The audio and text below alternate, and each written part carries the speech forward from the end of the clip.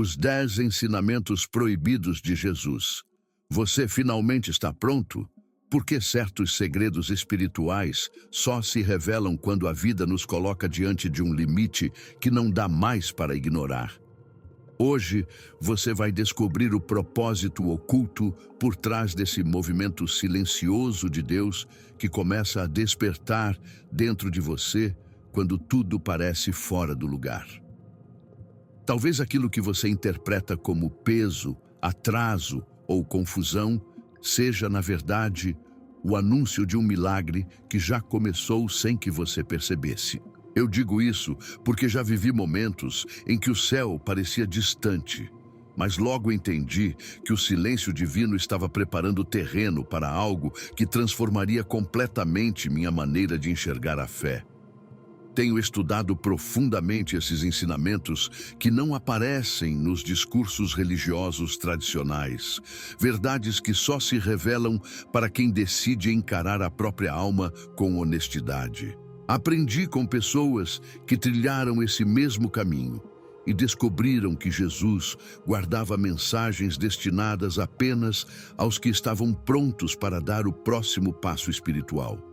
E o que vou revelar a seguir pode deslocar tudo aquilo que você acreditava entender sobre propósito, direção divina e maturidade espiritual. Há razões pelas quais essas verdades quase nunca são ensinadas, e quando você ouvir o que vem agora, vai compreender com clareza o motivo de tantas pessoas nunca terem acessado essa dimensão da fé. O que se abre diante de você é um caminho que poucos ousam percorrer, mas que transforma totalmente aqueles que o abraçam. O chamado invisível. Quando Jesus fala antes da palavra, há uma dimensão do ensinamento de Jesus que raramente é compreendida, porque não depende do que ele disse, mas do que ele despertava antes mesmo de pronunciar qualquer palavra.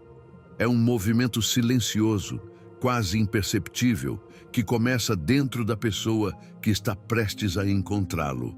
Não se trata de emoção, nem de intuição comum. É uma espécie de convocação interior, algo que toca o espírito antes de alcançar a mente, como se o próprio Deus estivesse preparando o terreno para uma revelação que não pode ser transmitida pela voz humana. O chamado invisível é a primeira fase da transformação espiritual.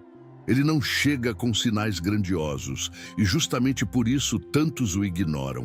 Chega quando o coração está cansado de respostas rasas e começa a sentir que existe algo além do que sempre lhe ensinaram. É nesse instante, quase sempre no limite da exaustão interior, que a presença de Jesus se aproxima de forma sutil, despertando uma verdade que ainda não tem nome, mas já tem direção. Esse chamado muda o ambiente sem alterar nenhum ruído ao redor. Jesus carregava uma autoridade que não precisava de explicação, e as pessoas percebiam isso antes mesmo de entender o motivo. Um simples encontro com ele já provocava uma reorganização silenciosa dentro de quem estava por perto. Alguns sentiam paz, outros inquietação, outros um desejo inesperado de abandonar aquilo que já não fazia sentido. É assim que a transformação começa. Não com uma escolha racional, mas com uma percepção profunda de que algo está se movendo e pedindo espaço. Foi assim com Pedro, quando Jesus apenas o observou. Foi assim com Zaqueu, quando Jesus o chamou pelo nome sem julgamento. Foi assim com a mulher samaritana, quando ele revelou uma verdade que ela nunca ousou dizer em voz alta. Antes de qualquer ensinamento, Jesus despertava vida. Antes de qualquer discurso, ele alcançava o ponto exato onde ninguém mais tinha tocado. Esse impacto silencioso é o que separa a fé superficial da fé que realmente transforma. O chamado invisível também revela uma característica essencial de Jesus. Ele nunca obrigava ninguém a segui-lo, ele convidava. Sua presença despertava uma escolha e, ao mesmo tempo, um conflito. Porque quando a verdade se aproxima, ela ilumina tanto as possibilidades quanto as feridas que tentamos esconder. Muitas pessoas se afastavam de Jesus não porque não acreditavam nele, mas porque perceberam que ele as via por inteiro. Encarar esse nível de transparência exige coragem. O chamado invisível sempre pede coragem, porque ele expõe o que está oculto e convida a alma a abandonar máscaras que já se tornaram confortáveis. Quando Jesus se aproximava, as pessoas percebiam que não era possível permanecer iguais. A presença dele revelava caminhos que exigiam mudança, renúncia, reconciliação, honestidade, decisões que transformam não apenas a vida exterior, mas a estrutura interna do ser. O que torna esse chamado tão poderoso é que ele não depende de circunstâncias favoráveis. Ele aparece no cansaço, na perda, no silêncio, na frustração, em momentos em que parece que Deus está distante. Mas é justamente nesses momentos que ele está mais perto. O chamado invisível não pede perfeição, pede sinceridade. Ele não exige um entendimento completo, apenas a disposição de reconhecer que há algo maior acontecendo. Muitas vezes, a pessoa só percebe que foi tocada quando algo dentro dela começa a incomodar de maneira inexplicável. As coisas que antes satisfaziam deixam de fazer sentido. O que antes parecia seguro já não sustenta mais. Esse desconforto é a assinatura de Jesus, preparando o coração para uma revelação que mudará tudo. Ele nunca inicia uma obra sem antes despertar o terreno onde ela será plantada. E há um detalhe ainda mais profundo. O chamado invisível não busca multidões, busca indivíduos. Ele fala com você exatamente onde você está, do jeito que você está, sem exigir que você se torne algo antes de ser alcançado. Jesus sempre encontrou pessoas em seus pontos de ruptura, e era nesse lugar, no limite entre o desgaste e o desejo de algo novo, que ele estendia sua mão. Não para acusar, mas para revelar. Não para exigir, mas para iluminar. Não para impor transformação, mas para permitir que ela comece através de uma decisão livre. Esse é o mistério. O chamado invisível não força, não pressiona, não manipula. Ele desperta, e quando desperta, você sabe. Não porque algo externo muda, mas porque algo dentro de você se realinha, como se o Espírito finalmente lembrasse quem sempre foi. Se esse chamado está acontecendo dentro de você agora, é sinal de que Jesus já iniciou uma obra que vai muito além das palavras que você está ouvindo. Ele já começou a preparar seu coração para verdades que só podem ser entendidas quando a alma desperta de verdade. É assim que o caminhar espiritual se inicia. Não quando ouvimos, mas quando sentimos que já não podemos permanecer onde estamos. Esse é o primeiro e mais profundo ensinamento proibido de Jesus. Ele fala antes da palavra. Ele toca antes da explicação. Ele transforma antes da compreensão. E quando esse processo começa, nada permanece igual. A rebeldia da compaixão. O amor que rompia regras humanas. Quando Jesus caminhou entre as pessoas, ele deixou claro que o amor verdadeiro não era frágil nem obediente às convenções que a sociedade tinha criado. A compaixão que ele manifestava não buscava aprovação, nem seguia as normas impostas pelos líderes religiosos da época. Era uma compaixão rebelde que se movia na contramão das expectativas, que atravessava fronteiras culturais, que ignorava tradições humanas quando elas se transformavam em barreiras para a dignidade e a cura. Jesus não desafiava regras por rebeldia vazia, mas porque via o quanto essas regras aprisionavam as pessoas em rótulos que não representavam quem elas eram diante de Deus. Por isso, ele se aproximava daqueles que a religião empurrava para longe, mostrando que o amor não tem medo de romper muros quando a vida do outro está em jogo. Essa rebeldia da compaixão aparece em cada encontro inesperado que Jesus teve com pessoas consideradas indignas. Ele tocou o leproso quando ninguém se aproximava. Ele conversou com a mulher samaritana quando a tradição dizia que um judeu jamais deveria falar com ela. Ele entrou na casa de Zaqueu quando todos acreditavam que ele merecia apenas desprezo. Ele protegeu a mulher adúltera quando a multidão estava pronta para apedrejá-la. Em cada gesto, Jesus mostrava que o amor de Deus não se curva às regras humanas quando elas ferem aquilo que Deus deseja restaurar. Para Jesus, a compaixão não era um sentimento suave, mas uma força que confrontava estruturas injustas. Era um ato de coragem. E essa coragem revela um dos ensinamentos mais esquecidos da fé. Amar de verdade exige atravessar fronteiras que muitos não têm disposição de cruzar. A rebeldia da compaixão também expunha a fragilidade dos sistemas religiosos que se sustentavam mais na aparência do que na verdade. Os líderes da época ensinavam leis que eles mesmos não praticavam e defendiam pureza ritual, enquanto ignoravam a pureza de intenção. Jesus revelava essa contradição toda vez que escolhia a pessoa ao invés da regra. Ele mostrava que Deus não está preso a estruturas humanas e que a dignidade de alguém nunca deveria ser sacrificada para preservar tradições. Esse ensinamento era proibido não porque fosse herético, mas porque colocava em risco o controle daqueles que governavam pela imposição do medo. Jesus libertava pela compaixão. E quem liberta, incomoda quem lucra com a prisão espiritual dos outros. Há uma força profunda nesse amor que atravessa limites. Ela mostra que a transformação espiritual não acontece apenas quando seguimos normas, mas quando deixamos que o coração seja moldado por uma misericórdia que não calcula risco, não negocia conveniência e não escolhe a quem amar. A rebeldia da compaixão ensina que se aproximar de quem sofre é mais importante do que manter reputação. Ensina que tocar o ferido é mais urgente do que preservar imagem. Ensina que Deus se move onde a dor está, não onde o prestígio está. E quando Jesus agia assim, ele mostrava que a verdadeira santidade não é afastamento, mas aproximação. Não é distância, é encontro. Não é exclusão, é acolhimento. A rebeldia da compaixão também revela que o amor de Deus nunca é neutro.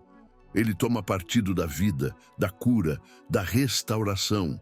E tomar partido exige posicionamento, exige coragem para enfrentar críticas, rejeição e até perseguição. Jesus sabia disso e ainda assim caminhava na direção daqueles que todos evitavam. Ele não buscava a aprovação humana, porque sabia que a aprovação humana é instável e superficial. Jesus se movia a partir da visão do Pai, e essa visão enxergava valor onde ninguém mais via. Ele lembrava as pessoas que não eram definidas pelo que fizeram, mas pelo que podiam se tornar. Essa perspectiva é profundamente transformadora porque nos obriga a revisitar a forma como tratamos uns aos outros e a maneira como avaliamos quem merece ser amado. Esse ensinamento é difícil de viver porque exige desprendimento do ego. A compaixão rebelde de Jesus exige que façamos o que é certo, mesmo quando ninguém entende, que acolhamos quem todos rejeitam, que enxerguemos o que está por trás do comportamento, que ultrapassemos a superfície e olhemos para a alma. É nesse ponto que a fé se torna prática.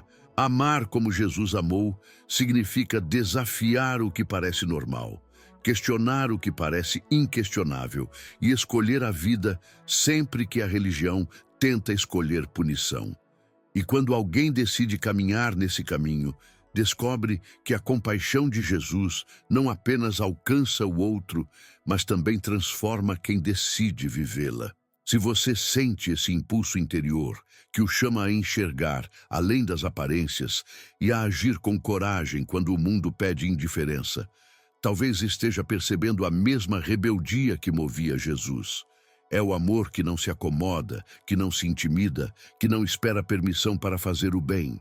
Esse é um dos ensinamentos mais fortes e mais perigosos que Jesus deixou, porque ele não pode ser praticado sem que haja mudança profunda no coração. A rebeldia da compaixão não é um conceito, é um modo de vida. E quando essa força desperta em você, tudo ao seu redor começa a mudar. O custo da consciência desperta, ver a verdade e não voltar atrás. Há um momento na vida espiritual em que algo dentro de nós se abre, quase como se uma cortina interna fosse puxada e deixasse entrar uma luz que sempre esteve lá, mas que nunca havíamos percebido. Essa luz não é confortável. Ela revela tanto a beleza quanto as sombras que carregamos. É isso que chamo de consciência desperta, e Jesus sabia exatamente o impacto que esse despertar causava em cada pessoa que se aproximava dele com sinceridade. Quando a alma desperta, não há mais como voltar ao estado anterior. A pessoa passa a enxergar o que sempre evitou, e essa visão exige responsabilidade. Jesus nunca romantizou esse processo. Ele sabia que ver a verdade exige coragem, porque a verdade revela as escolhas que precisamos fazer e o preço emocional e espiritual que essa mudança vai cobrar. Jesus despertava a consciência das pessoas sem impor medo, mas com uma clareza que desmontava auto-engano. Sua presença tinha o poder de confrontar aquilo que cada um tentava esconder, não para humilhar, mas para libertar. Ele olhava para dentro da pessoa como quem enxerga um caminho que ela mesma não sabia que existia. E quando ele mostrava uma verdade, fosse sobre identidade, propósito ou fragilidade, essa verdade não deixava espaço para máscaras. A consciência desperta começava nesse exato ponto. Quando alguém se encontrava com Jesus, percebia que já não dava para viver na superfície. Não dava para se esconder atrás de justificativas, tradições ou medos. A profundidade do olhar de Jesus arrancava véus que haviam sido construídos ao longo de anos, às vezes de toda uma vida. Isso assustava, mas também libertava. O custo desse despertar aparece quando a pessoa tenta voltar para a vida antiga e percebe que algo já não cabe mais. Palavras que antes fariam sentido agora parecem vazias. Relações baseadas em interesses passam a incomodar. Comportamentos repetidos começam a parecer incoerentes. A consciência desperta cria uma espécie de ruptura interior, não porque destrói, mas porque revela que existe um caminho mais verdadeiro do que aquele que vínhamos seguindo. Jesus conhecia esse processo melhor do que qualquer um. Ele sabia que uma vez que a luz entra, a alma nunca mais consegue fingir que está no escuro. E esse é um dos ensinamentos mais desafiadores que ele deixou. Não basta enxergar a verdade, é preciso decidir o que fazer com ela. A consciência desperta também expõe o conflito entre aquilo que somos e aquilo que queremos aparentar ser. Antes, talvez fosse fácil sustentar uma imagem pública distorcida. Depois, torna-se impossível. Jesus chamava isso de nascer de novo. Não como um ritual, mas como uma ruptura interna, onde o antigo não encontra mais espaço. Quem desperta passa a sentir o peso das próprias escolhas com mais clareza. Passa a perceber as consequências de manter hábitos que não condizem mais com a luz que recebeu. Passa a entender que mudar não é uma opção emocional, é uma necessidade espiritual.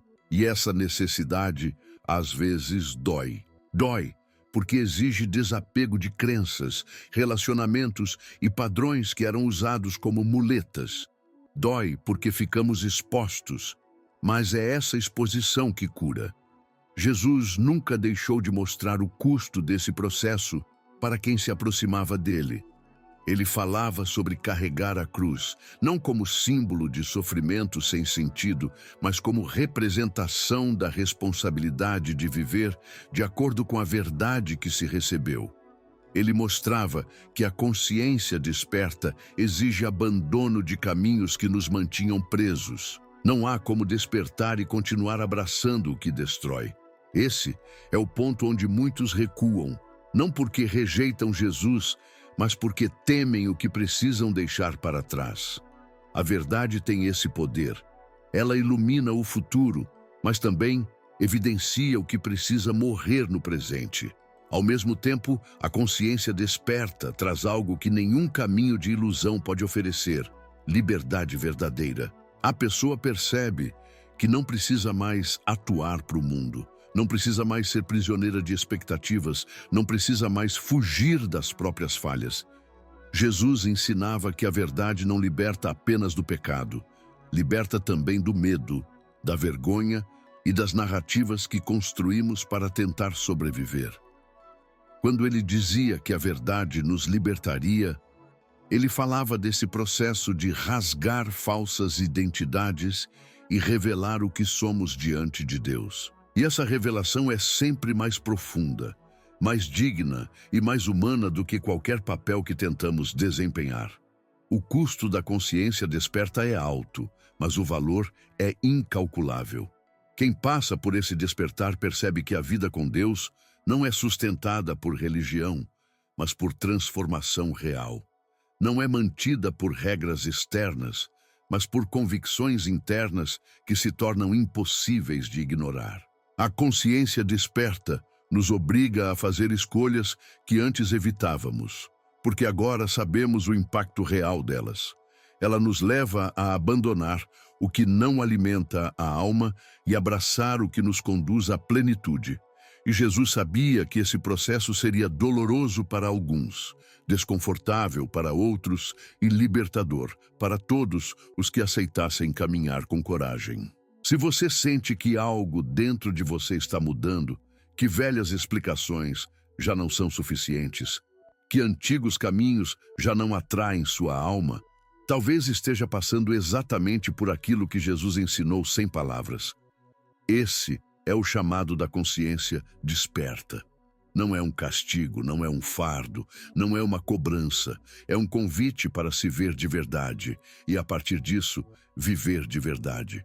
E quando esse processo começa, mesmo que você queira, não consegue mais voltar atrás. Porque quem enxerga a luz nunca mais se satisfaz com a escuridão. A santidade do confronto necessário.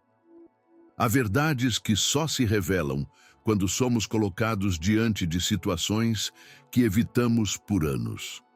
Jesus sabia que o confronto é uma das formas mais puras de amor, embora quase ninguém enxergue dessa maneira. Desde o início, ele deixou claro que esconder a verdade para preservar a aparência não cura ninguém. A cura verdadeira exige luz, exige exposição, exige coragem para admitir aquilo que tentamos esconder de nós mesmos. O confronto que Jesus fazia nunca tinha o objetivo de humilhar ou destruir. Ele confrontava para libertar. Ele mostrava que a santidade não é ausência de erro, mas disposição de encarar aquilo que precisa ser transformado. E essa disposição, muitas vezes, só nasce quando somos levados ao limite, quando já não há como sustentar as velhas justificativas que nos mantiveram presos por tanto tempo. O confronto necessário de Jesus começava sempre pelo olhar. Ele enxergava o coração antes de ouvir as palavras. Ele via intenções antes de observar comportamentos. Ele tocava em pontos que ninguém ousava tocar, não para expor fraquezas, mas para mostrar que esconder a ferida apenas prolonga a dor que já está lá. Ele sabia que enquanto mantivermos máscaras, permaneceremos distantes da verdadeira transformação. Por isso, quando ele confrontava, ele fazia com precisão. Nunca foi agressivo, mas também nunca foi permissivo. Jesus não alimentava ilusões. Ele não reforçava desculpas. Ele chamava cada pessoa para o lugar onde a verdade finalmente se encontrava com a responsabilidade.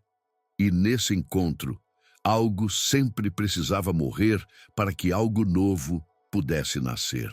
A santidade do confronto aparece de forma marcante em muitos encontros registrados sobre ele. A mulher samaritana que tentou mudar de assunto quando Jesus tocou na ferida que ela carregava. O jovem rico que se encantou com as palavras de Jesus, até que foi convidado a abandonar aquilo que era seu verdadeiro ídolo. Os fariseus, que se apegavam à aparência de religiosidade e ignoravam a dureza de coração que os afastava da compaixão. Em cada uma dessas situações, Jesus não recuou diante da verdade. Ele foi até o ponto central da questão. Ele revelava o que ninguém queria encarar, porque sabia que a verdadeira mudança só começa quando a verdade é reconhecida sem resistência. Esse é o tipo de confronto que restaura, não o que destrói. O confronto de Jesus também revela que evitar a verdade tem consequências muito mais dolorosas do que enfrentá-la. Fugimos porque acreditamos que a verdade nos condenará. Mas Jesus mostrava exatamente o contrário. Ele revelava a verdade para curar. Ele expunha para restaurar. Ele iluminava para direcionar. E quando alguém aceitava esse processo, algo extraordinário acontecia. A vergonha começava a perder força, o medo diminuía, o peso que antes parecia insuportável começava a se dissipar.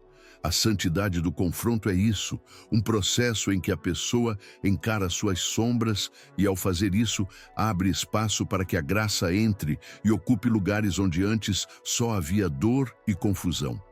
Há uma pureza nesse confronto que muitos não entendem porque aprenderam a associar santidade com dureza, frieza ou superioridade. Mas Jesus mostrava outra realidade. Ele confrontava porque via potencial onde ninguém mais via. Ele confrontava porque acreditava que aquela pessoa podia mudar, podia crescer, podia se tornar alguém que nem ela mesma imaginava. A santidade do confronto nasce do amor que não desiste, do amor que não permite que alguém permaneça acorrentado a comportamentos e crenças que roubam a vida que Deus deseja oferecer. Quando Jesus confronta, ele está chamando a pessoa para a liberdade, não para a culpa.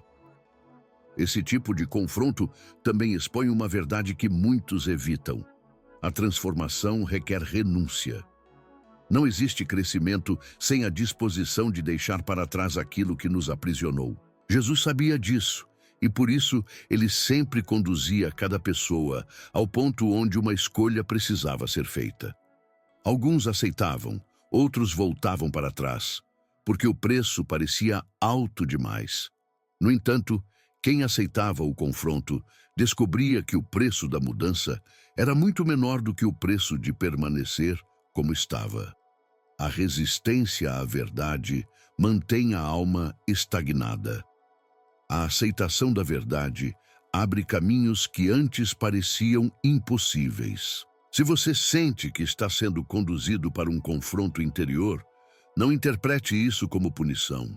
O confronto necessário é um sinal de que Deus está chamando você para um nível mais profundo de vida espiritual.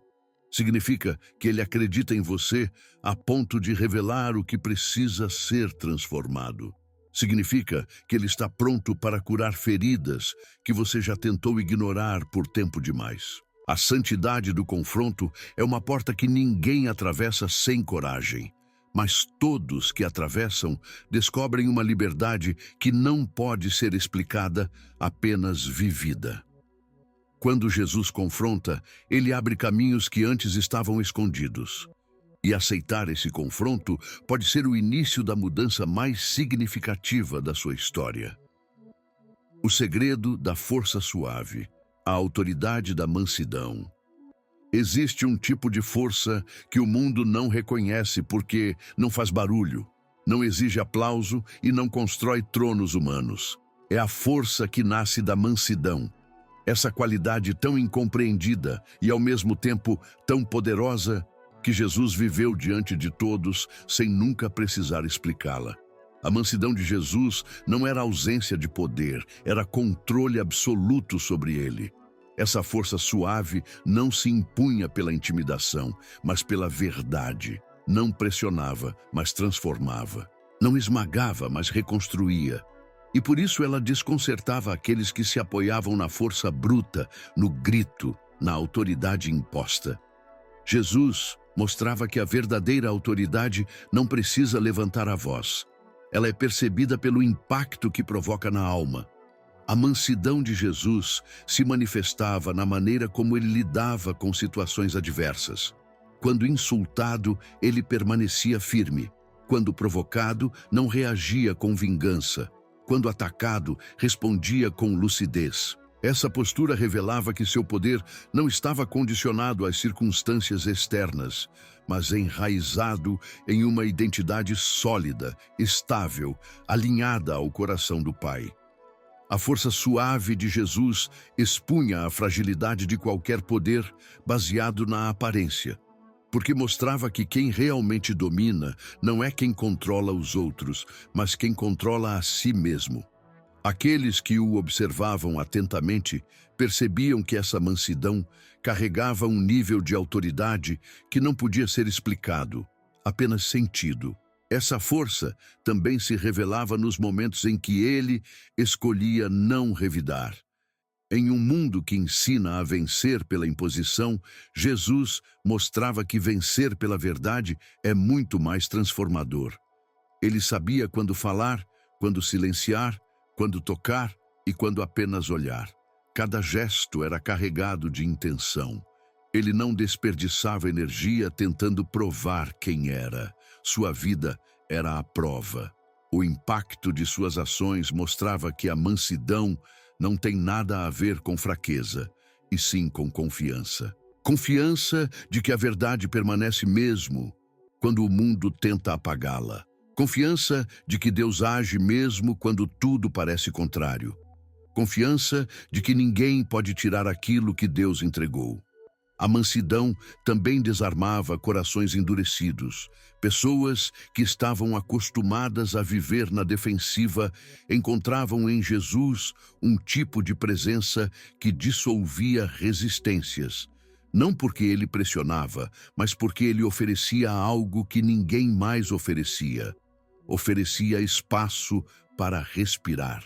Oferecia descanso para almas cansadas de tentar ser fortes o tempo inteiro. Oferecia um olhar que não julgava, mas também não escondia a verdade. Essa combinação de firmeza e ternura é o que tornava sua força tão impactante. Jesus conseguia ser forte sem ser duro e terno sem ser permissivo. Isso confundia quem acreditava que só existiam dois caminhos: ser rígido para não ser ferido ou ser passivo para evitar confronto. Jesus mostrava um terceiro caminho: o caminho da força suave que cura. Essa força aparece com clareza no momento em que ele está diante da mulher acusada de adultério. Todos ao redor exigiam força bruta, exigiam julgamento imediato. Jesus, porém, usou a mansidão para revelar a verdade que ninguém queria ver. Ele não defendeu a mulher ignorando o erro, mas também não a condenou para satisfazer o ego da multidão. Ele desarmou cada acusador sem levantar a voz, sem atacar ninguém, sem entrar no jogo que esperavam que ele jogasse. Esse é o segredo da mansidão. Ela revela a verdade sem ferir a dignidade. Ela confronta sem destruir. Ela transforma sem violentar. É por isso que a força suave de Jesus continua ressoando milhares de anos depois. Porque ela toca lugares onde a força bruta nunca conseguirá alcançar. A autoridade da mansidão também ensina que o verdadeiro poder não é medido pelo que conquistamos externamente, mas pelo que somos capazes de dominar internamente. Jesus vivia em constante equilíbrio entre firmeza e sensibilidade. Ele sabia quem ele era. Ele sabia seu propósito. Ele sabia para onde estava indo. Essa clareza interior permitia que ele se comportasse com serenidade mesmo quando estava cercado de caos. Essa serenidade não era apatia, era foco, era discernimento, era consciência daquilo que realmente importava. Quem caminhava ao lado de Jesus percebia que havia uma paz que o mundo não podia roubar. E é isso que faz da mansidão uma força indestrutível. Ela não depende das circunstâncias externas, mas da convicção interna. Essa qualidade tão profunda desafia nossa maneira de viver a fé. Fomos ensinados a acreditar que precisamos nos defender o tempo inteiro, nos justificar, nos proteger da opinião dos outros. Mas Jesus mostra que a força que vem de Deus não precisa provar nada para ninguém. A mansidão faz com que a pessoa fale apenas quando necessário, haja apenas quando guiada, responda apenas quando há propósito. Ela nos convida a abandonar a necessidade de vencer discussões e abraçar a necessidade de vencer a nós mesmos. É uma transformação que começa dentro e se revela naturalmente nas atitudes. Se você sente que Deus está chamando você para um tipo diferente de força, aquela que não grita, não se esgota e não reage por impulso, talvez esteja percebendo o mesmo movimento que Jesus despertava nas pessoas ao seu redor. A força suave não é fácil de viver. Ela exige domínio próprio, paciência e confiança em Deus acima de qualquer circunstância. Mas quando ela desperta, transforma a forma como você se relaciona com o mundo. Você deixa de reagir ao que o fere e passa a responder ao que o amadurece. É assim que a mansidão se torna autoridade. E é assim que Jesus continua moldando corações que desejam viver a fé com profundidade e verdade. A libertação do tempo, quando Jesus rompe a ansiedade humana. Há uma prisão que quase todos enfrentam, embora poucos admitam, a prisão do tempo. O tempo que corre rápido demais. O tempo que parece não ser suficiente. O tempo que arrasta passado e futuro como correntes invisíveis amarradas ao peito. Jesus, no entanto, caminhou pela vida de um modo que desconcertava seus seguidores, porque ele jamais foi escravo da pressa, da ansiedade ou da urgência que governa o ser humano. Ele vivia em uma liberdade tão profunda que onde quer que estivesse, o tempo parecia se ajustar ao propósito e não o contrário. Essa é uma das verdades mais desafiadoras de seu ensinamento. A vida espiritual não floresce em um coração dominado pela ansiedade do que já foi ou do que ainda não chegou. Ela nasce no presente, exatamente onde Deus fala. Quando Jesus dizia para não nos preocuparmos com o dia de amanhã, ele não estava oferecendo um conselho superficial, ele estava revelando uma lei espiritual. A ansiedade estica a alma para longe do agora e impede que a pessoa perceba o que Deus está fazendo hoje. Jesus sabia que a mente humana se apega ao passado para tentar entender a dor e se preocupa com o futuro para tentar evitar novos sofrimentos. O problema é que nenhum dos dois lugares existe. O passado já se foi. O futuro ainda não nasceu. A vida só acontece no presente, e é no presente que a graça se manifesta. A libertação do tempo começa quando entendemos que Deus não está apenas construindo o nosso futuro, Ele está sustentando o nosso agora. Essa libertação se revela nos pequenos detalhes da vida de Jesus. Ele nunca correu para cumprir expectativas humanas. Nunca permitiu que a ansiedade dos outros definisse seu ritmo. Quando todos esperavam que ele agisse rapidamente, ele esperava. Quando pediam pressa, ele caminhava. Quando tentavam apressá-lo para resolver problemas que pareciam urgentes, ele respondia com uma calma que frustrava até mesmo seus discípulos. Essa calma não era indiferença, era confiança. Confiança absoluta de que cada momento estava dentro do propósito divino e não precisava ser controlado pelo medo. A serenidade de Jesus rompia a lógica humana, porque mostrava que a ansiedade não acelera a vontade de Deus, apenas rouba a nossa paz. A prisão do tempo também se manifesta na forma como carregamos culpas antigas e expectativas impossíveis. Jesus libertava as pessoas dessas cargas quando revelava que a identidade delas não estava presa àquilo que viveram, nem limitada ao futuro que temiam. Ele mostrava que o agora é o único lugar onde a transformação realmente acontece. A mulher pega em adultério não precisava se perder no peso de seu passado, porque o presente trouxe uma oportunidade de recomeço. O paralítico não precisava temer o que viria depois, porque o agora era o momento de se levantar.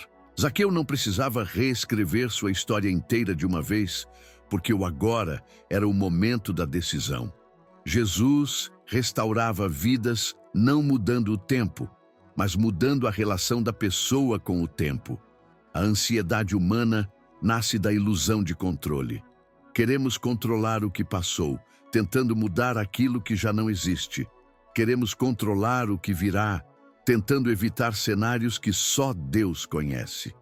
Jesus rompe esse ciclo quando nos convida a confiar. Confiar não significa passividade. Significa abandonar a tentativa de governar o que nunca esteve em nossas mãos. A libertação do tempo é, na verdade, uma libertação do medo. Medo de perder, medo de falhar, medo de sofrer, medo de não ser suficiente. Jesus enfrentava esses medos com uma simplicidade tão profunda que revela a essência da espiritualidade. A fé verdadeira não é um esforço para controlar, mas um descanso em Deus dentro do que não podemos controlar. A libertação do tempo também nos chama para um ritmo diferente, um ritmo onde cada momento pode carregar propósito. Jesus enxergava valor em pausas que os outros julgavam inúteis. Ele valorizava encontros que pareciam aleatórios. Ele dedicava atenção total a cada pessoa, como se aquele instante fosse o mais importante da jornada. Quando ele se deteve para conversar com a mulher que tocou em sua roupa, estava ensinando que o presente é o lugar onde Deus toca o ser humano.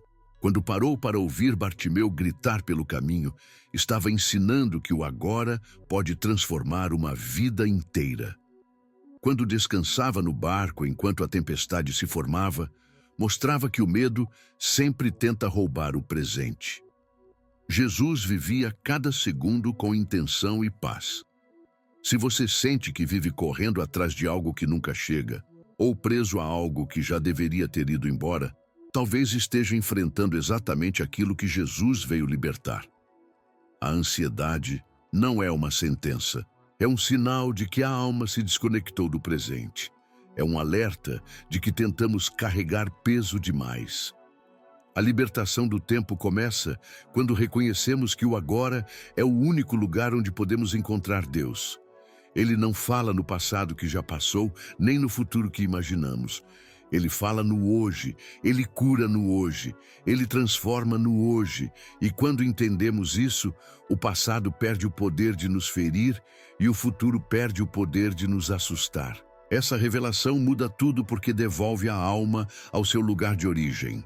A presença de Deus. É aí que o medo se dissolve. É aí que a ansiedade perde força. É aí que a vida volta a ter sentido. Quando Jesus nos chama a não viver ansiosos, Ele não está pedindo algo impossível. Ele está oferecendo liberdade. Uma liberdade que começa quando decidimos entregar o controle que nunca tivemos e abraçar o presente que Deus nos dá. A libertação do tempo não acontece de um dia para o outro. Ela acontece quando, pela primeira vez, você respira fundo e percebe que Deus está aqui, agora, com você, e que isso é suficiente. A pureza da intenção, a verdade que Deus vê e o mundo ignora. Há algo na espiritualidade que poucos percebem, mas que define completamente a forma como Deus nos enxerga, a intenção.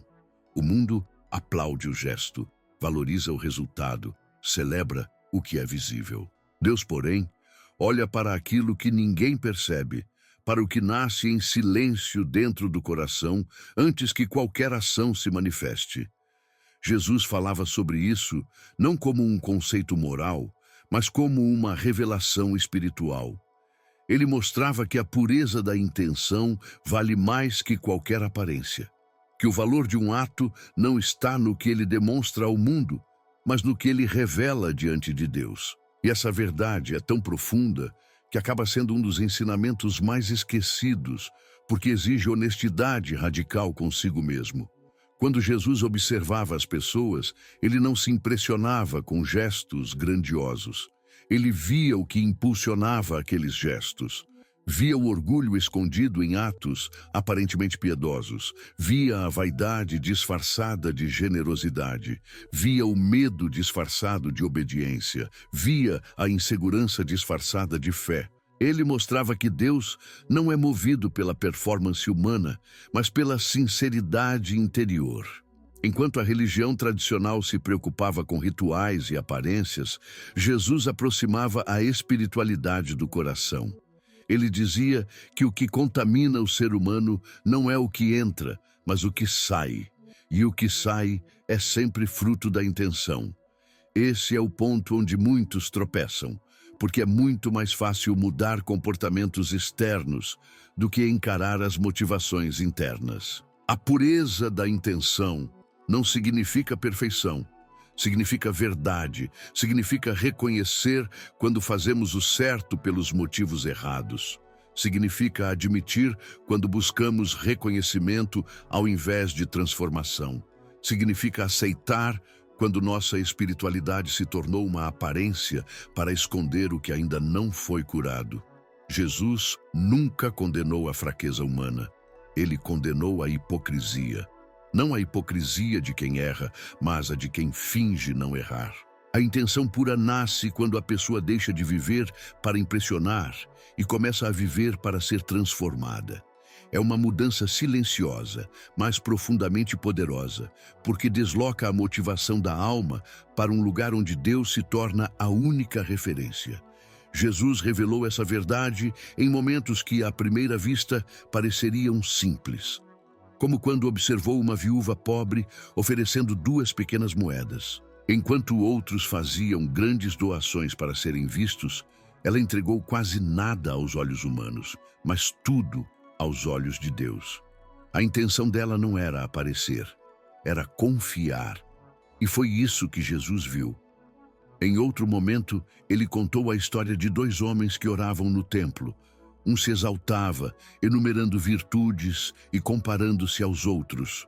O outro apenas pedia misericórdia, reconhecendo sua própria falha. Jesus deixou claro que Deus se aproxima do coração sincero e se afasta do que se enche de orgulho. A intenção pura abre portas espirituais que nenhum ritual pode abrir. Essa revelação traz um desconforto necessário, porque mostra que a vida espiritual não pode ser medida por quantidade de orações, frequência em atividades religiosas ou postura pública. Ela é medida pela integridade da alma, pela coerência entre o que fazemos e o que realmente desejamos. Jesus sabia que o ser humano se acostuma a viver dividido entre o que mostra e o que esconde. A pureza da intenção elimina essa divisão. Ela unifica o ser. Ela torna a vida espiritual consistente, porque deixa de ser atuação e passa a ser essência. A pessoa se aproxima de Deus não para provar que é boa, mas porque reconhece que precisa dele. Há também um alívio profundo nessa verdade. Quando entendemos que Deus olha para intenções e não para performances, a necessidade de perfeição desaparece. A pressão para impressionar diminui. A comparação com os outros perde força. Jesus nunca chamou seus seguidores para uma religião de aparências, mas para um relacionamento de transparência. A intenção pura permite que você chegue diante de Deus sem máscaras. Permite que suas orações sejam simples e verdadeiras. Permite que sua fé seja leve e honesta. Permite que seus erros se tornem oportunidades de crescimento e não motivos de vergonha. A pureza da intenção é um dos ensinamentos mais libertadores, porque devolve a vida espiritual ao lugar certo, o coração. É ali que Deus fala. É ali que Ele transforma. É ali que Ele revela caminhos que ninguém mais vê. Quando a intenção é pura, mesmo pequenos gestos carregam enorme valor. Uma palavra dita com sinceridade pode curar mais do que um discurso longo dito por orgulho. Uma oração silenciosa pode mover mais do que uma manifestação ruidosa motivada por vaidade. Uma decisão humilde pode abrir portas que grandes feitos jamais abririam. Deus honra o que nasce na verdade. Se você sente que Deus está chamando você para essa profundidade, talvez seja porque Ele deseja que sua espiritualidade volte a ser simples e autêntica. Não importa o que você fez antes, nem como você se apresentou ao mundo até agora. O que importa é o que nasce dentro de você a partir deste momento. A pureza da intenção é a raiz de toda transformação espiritual. Ela alinha o coração com Deus e remove tudo aquilo que você fazia apenas para ser visto, aprovado ou admirado. Quando a intenção se torna verdadeira, a alma encontra descanso e o caminho com Deus se torna claro, porque onde há intenção pura, há espaço para a graça agir. O desapego radical, a arte de esvaziar para receber. Há momentos na jornada espiritual em que percebemos que não conseguimos avançar, não porque falta algo, mas porque sobra demais. Sobra peso emocional acumulado ao longo de anos. Sobra medo de perder o que conquistamos. Sobra apego a identidades que já não correspondem a quem nos tornamos. Jesus sabia que a alma humana se enche de tantas camadas ao longo da vida que quando Deus tenta derramar algo novo, simplesmente não há espaço. Por isso, ele ensinava, não apenas com palavras, mas com sua própria postura, que o crescimento espiritual exige esvaziamento. Não é renúncia por sacrifício vazio, é renúncia por libertação. Jesus mostrava que só recebe quem primeiro desapega. Esse desapego radical não se limita a bens materiais, embora eles também tenham o poder de aprisionar quando ocupam o lugar que deveria ser de Deus. O desapego mais profundo acontece dentro da alma. Jesus ensinava que precisamos soltar expectativas, soltar a necessidade de controle, soltar as narrativas antigas que usamos para justificar nossas escolhas, soltar culpas que não servem mais a nenhum propósito, soltar medos que moldaram nossa identidade sem que percebêssemos. Ele sabia que a alma se acostuma a segurar o que a destrói porque acredita que sem aquilo não saberá quem é. Por isso, quando Jesus chamava alguém para segui-lo, ele não pedia apenas passos, pedia espaço. Um coração lotado não consegue discernir a voz de Deus.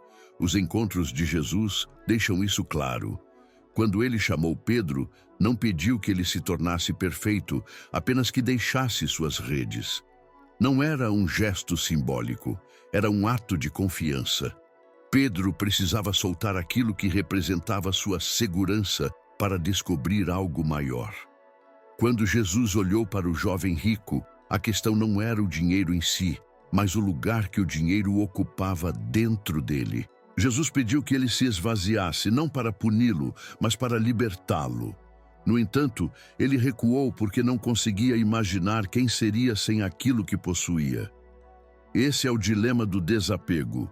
Soltar não é difícil por causa da perda, mas por causa da identidade que construímos em torno do que seguramos. O desapego radical ensinado por Jesus revela uma verdade profunda. Nada que você tenta controlar realmente pertence a você. E nada que pertence a você de verdade exige controle. A alma aprende isso quando percebe que existem coisas que não podem ser seguradas, como tempo, como pessoas, como circunstâncias, como a própria vida. O apego cria a ilusão de que podemos impedir a mudança, mas a mudança acontece com ou sem nossa permissão. Jesus convidava as pessoas a se desprenderem não para viverem sem nada, mas para viverem livres. O que aprisiona não é o que temos, é o medo de perder. E esse medo se torna uma prisão invisível que rouba a alegria, espontaneidade, gratidão e fé. Esse desapego também nos conduz para um território de confiança profunda. Jesus não prometia que o caminho seria fácil, mas deixava claro que ninguém perde quando solta o que Deus não pediu para segurar. O desapego prepara a alma para receber aquilo que não cabe em mãos fechadas. A pessoa que guarda tudo o que tem, com medo de que Deus não lhe dará algo melhor, acaba vivendo uma espiritualidade limitada. Jesus chamava essa postura de vida pequena. Ele ensinava que Deus multiplica quando confiamos, não quando seguramos. O milagre dos pães e peixes não aconteceu enquanto estavam presos nas mãos do menino, mas quando foram entregues. É no ato de soltar que algo maior começa. A arte de esvaziar também transforma a maneira como lidamos com nossas dores. Muitas pessoas seguram mágoas como se fossem parte de sua identidade. Carregam ressentimentos, histórias mal resolvidas, traumas que já não acrescentam nada além de peso. O desapego radical chama você a deixar isso ir, não porque a dor não foi real, mas porque você não precisa mais dela para justificar quem se tornou. Jesus convidava as pessoas a perdoarem não para serem frágeis, mas para romperem vínculos com o passado que as impediam de viver o presente. O perdão é um ato de esvaziamento que recusa carregar o que não cabe no futuro que Deus está construindo. Há também um desapego mais sutil, porém essencial, o desapego da imagem. Muitas pessoas tentam sustentar uma versão de si mesmas que não corresponde à sua verdade interior. Tentam agradar, impressionar, controlar percepções.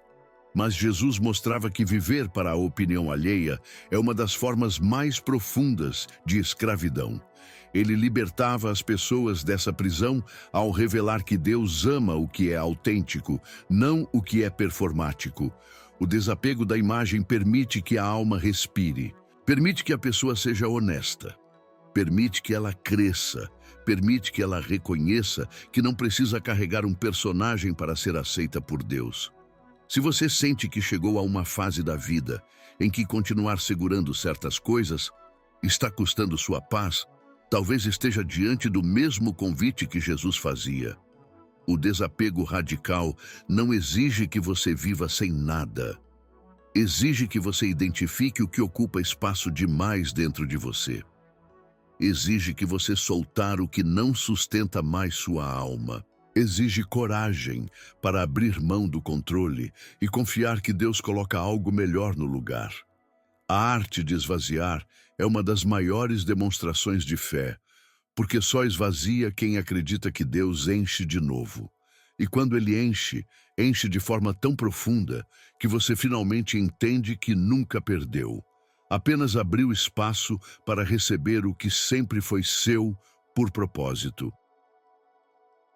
A transformação silenciosa, o milagre que acontece dentro de quem ninguém vê.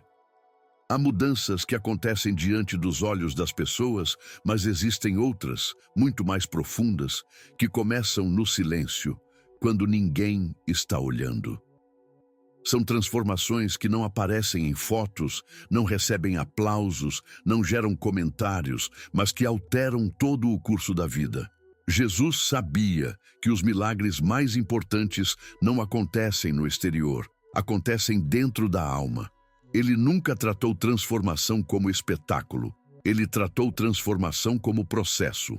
Um processo discreto, lento e muitas vezes doloroso, mas sempre real. Quando Jesus se aproximava de alguém, não buscava apenas mudar comportamentos. Ele começava pela raiz, lá onde pensamentos, traumas, crenças e feridas moldavam a forma como a pessoa enxergava a si mesma e a Deus. A transformação espiritual sempre começa onde ninguém vê. Essa mudança silenciosa pode ser percebida nos encontros mais marcantes do ministério de Jesus. Nicodemos procurou Jesus à noite, escondido, querendo respostas que não conseguia admitir em público. A transformação dele começou ali, na escuridão, antes que qualquer atitude externa pudesse confirmar o que estava acontecendo internamente. A mulher samaritana encontrou Jesus em um horário em que ninguém mais estava por perto. Ali, à beira do poço, ela recebeu uma revelação que modificou completamente sua perspectiva de vida. Mas naquele momento, ninguém viu. A transformação começou na solidão. Zaqueu, escondido em cima de uma árvore, teve sua vida revirada antes mesmo de descer para encontrar Jesus. A mudança começou no pensamento, no desejo, no arrependimento silencioso. Jesus enxergava todas essas fases internas, e é por isso que ele nunca subestimou o que acontece dentro do coração antes que a mudança externa seja visível. A transformação silenciosa é muitas vezes desconfortável. Não há referências para se apoiar.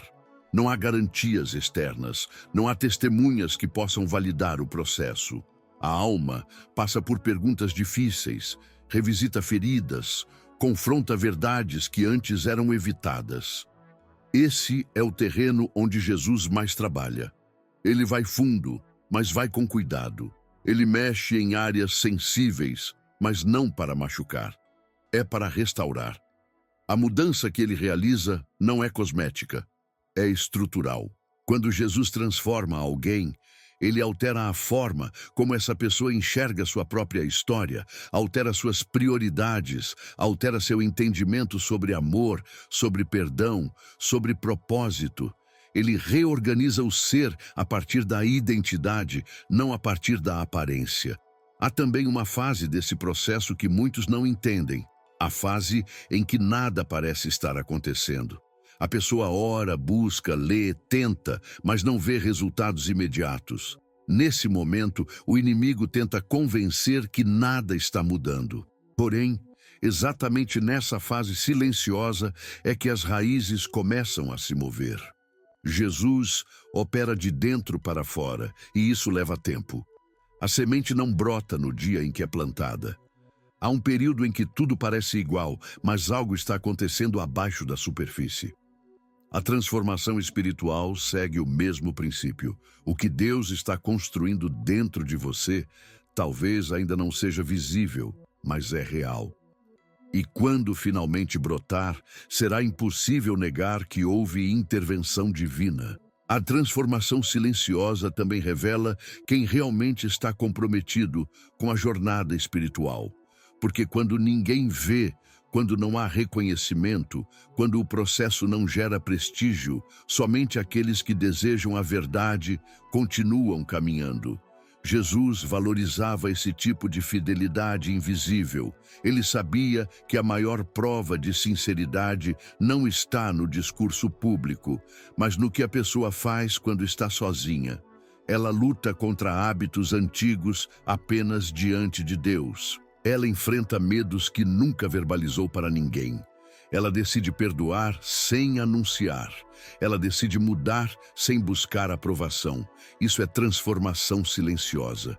E Deus honra cada milímetro desse processo.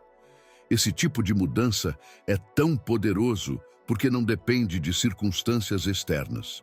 Alguém pode estar preso a uma realidade difícil, mas mesmo assim ser profundamente transformado por dentro.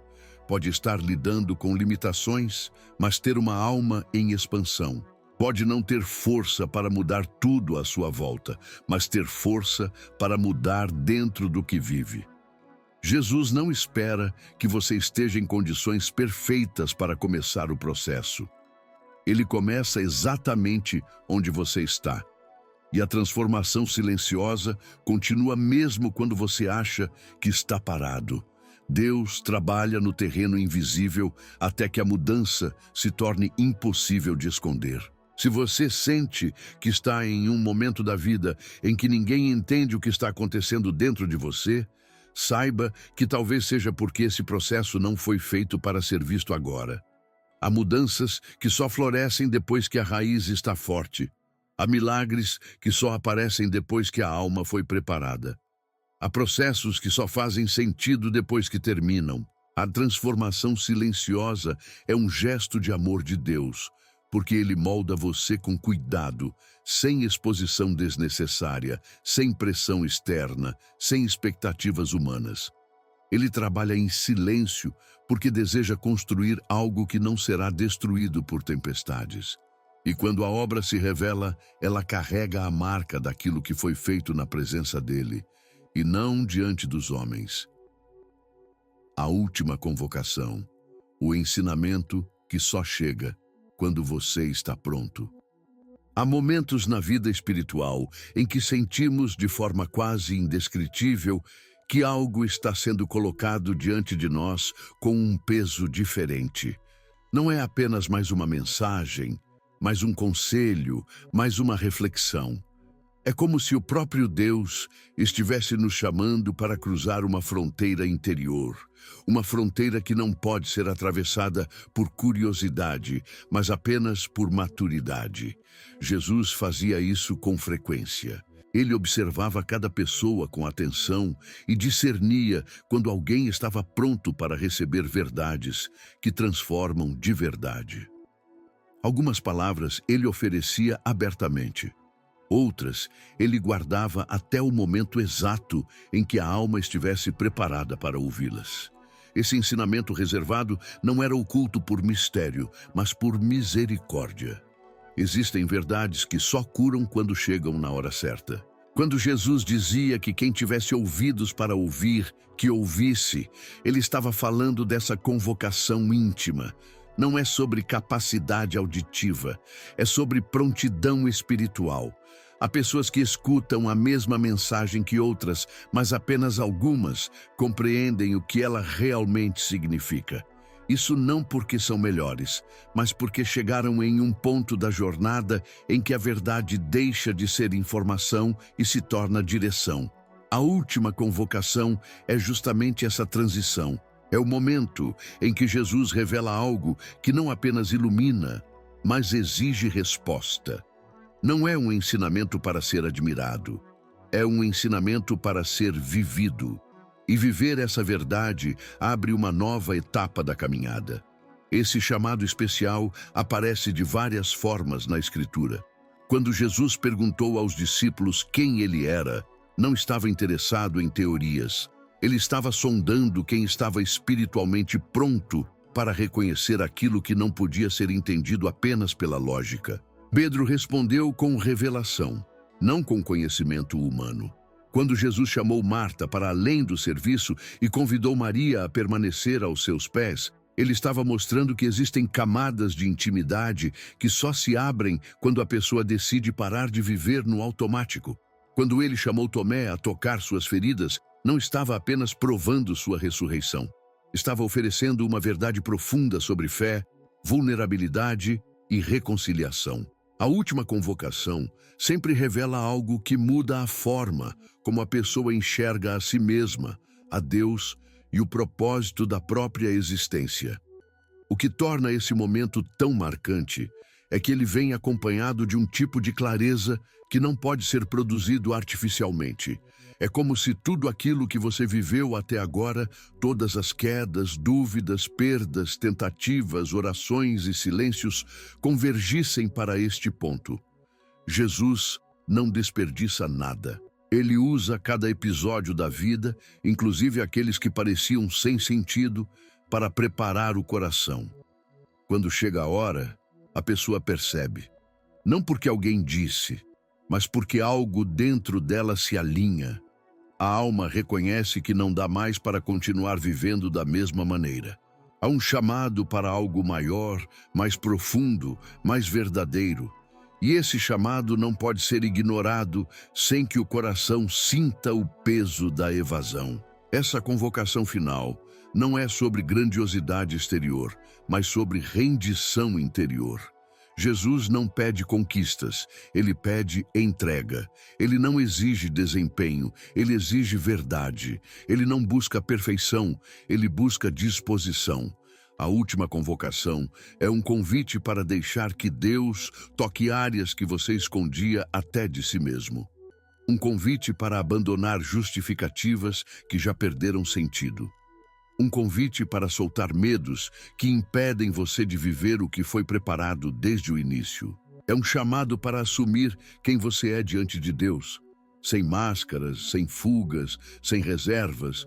E quando essa entrega acontece, uma nova fase da vida espiritual começa a se abrir diante de você, não como promessa distante, mas como realidade concreta. Essa etapa também revela uma verdade que muitos evitam. A maturidade espiritual não é medida por conhecimento, mas por resposta. O que você faz com o que Jesus revela determina o caminho que virá a seguir. A última convocação sempre exige uma escolha, não para provar algo a Deus, mas para permitir que Ele faça algo em você. E essa escolha tem o poder de alterar toda a sua trajetória. O ensino que chega quando você está pronto é o ensino que redefine sua identidade, sua fé, suas prioridades. Ele separa quem você foi até aqui de quem você está prestes a se tornar. É uma linha espiritual que, quando atravessada, abre possibilidades que antes pareciam inalcançáveis. Se algo dentro de você está se movendo, se você percebe que este momento carrega um peso diferente de tudo o que veio antes, talvez esta seja a sua própria convocação. Não para entender todos os mistérios, mas para dar um passo. Não para saber tudo, mas para estar disposto. Não para se sentir preparado, mas para confiar. O que Jesus reserva para aqueles que estão prontos não é um caminho fácil, mas é um caminho pleno. E é isso que faz dessa verdade algo tão precioso. Ela não chega para confundir. Ela chega para transformar. Ela não chega para assustar. Ela chega para libertar. Esse é o ensinamento que só chega quando você está pronto. E se você sente isso agora, então a jornada está apenas começando.